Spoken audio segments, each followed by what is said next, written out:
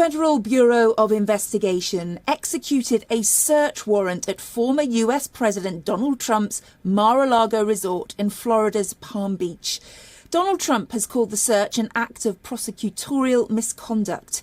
In a statement on his Truth Social network, Mr. Trump said his Mar-A-Lago home was under siege, raided and was occupied by a large group of FBI agents. He further said that such an assault could only take place in a broken third world country, and now America has become one of those countries.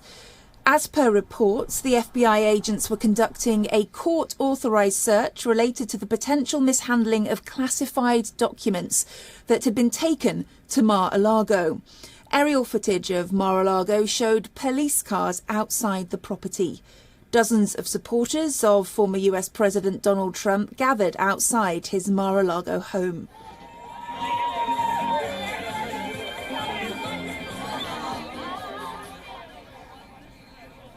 The search began early on Monday morning, and law enforcement officers focused on the club area of the sprawling mansion where Trump's offices and personal quarters are. The extraordinary move to search the home of the former president comes as Mr. Trump's legal problems continue to mount on multiple fronts. In February, the National Archives recovered 15 boxes of documents from Trump's Florida estate, which included highly classified texts taken with him when he left Washington following his re-election defeat. The Justice Department has two known active investigations connected to Mr. Trump, one on the effort to overturn the 2020 presidential election and the January the 6th, 2021 storming of the Capitol, and another involving handling of classified documents. Mr. Trump is also being investigated for his efforts to alter the 2020 voting results in the state of Georgia. The private club at Mar-A-Lago served as Mr. Trump's home and de facto seat of power at times. It's been described as a winter White House during his presidency, a place from which the country's leader would variously entertain heads of state and order US missile attacks.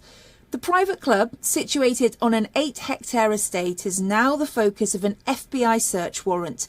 The latest FBI action has potentially created peril for Mr. Trump, who's been teasing a third presidential run in 2024.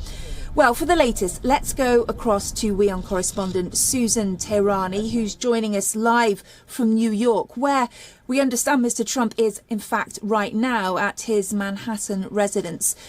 Susan, this FBI raid on a former president, surely that's unprecedented.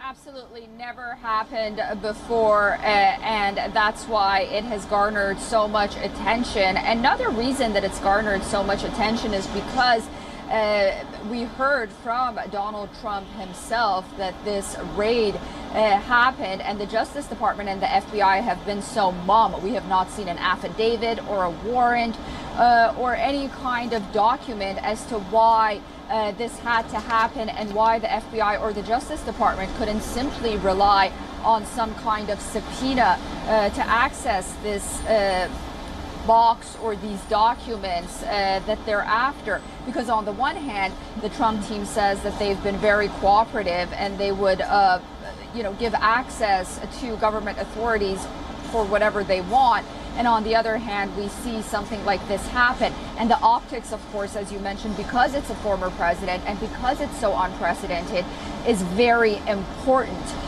So it's very important that we hear from the Justice Department, we hear from the FBI, because as of now, since this news has been come out, all we've heard have been speculations as to why something like this has happened. Susan, could it have any effect on voters? Will it have an effect on the midterm elections, which are coming up in November, for example?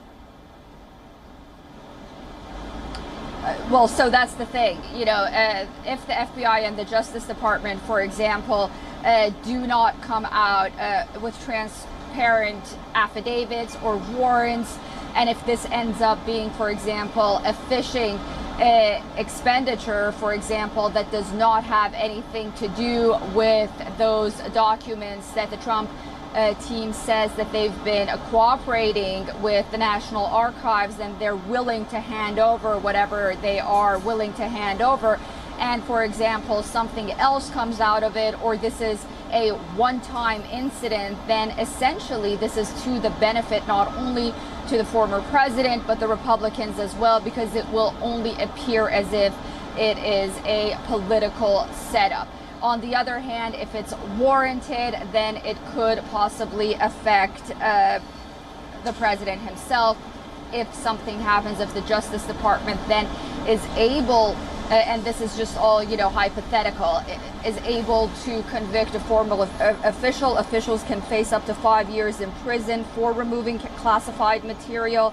The penalties for breaking other laws related to removal of official records also include disqualification from holding federal office, including presidency. So, you know, that's as far as it goes. But then this is really getting ahead of ourselves right now. We absolutely don't know why this happened. And if this is just a one-time incident, it will absolutely be to the benefit of the Republicans.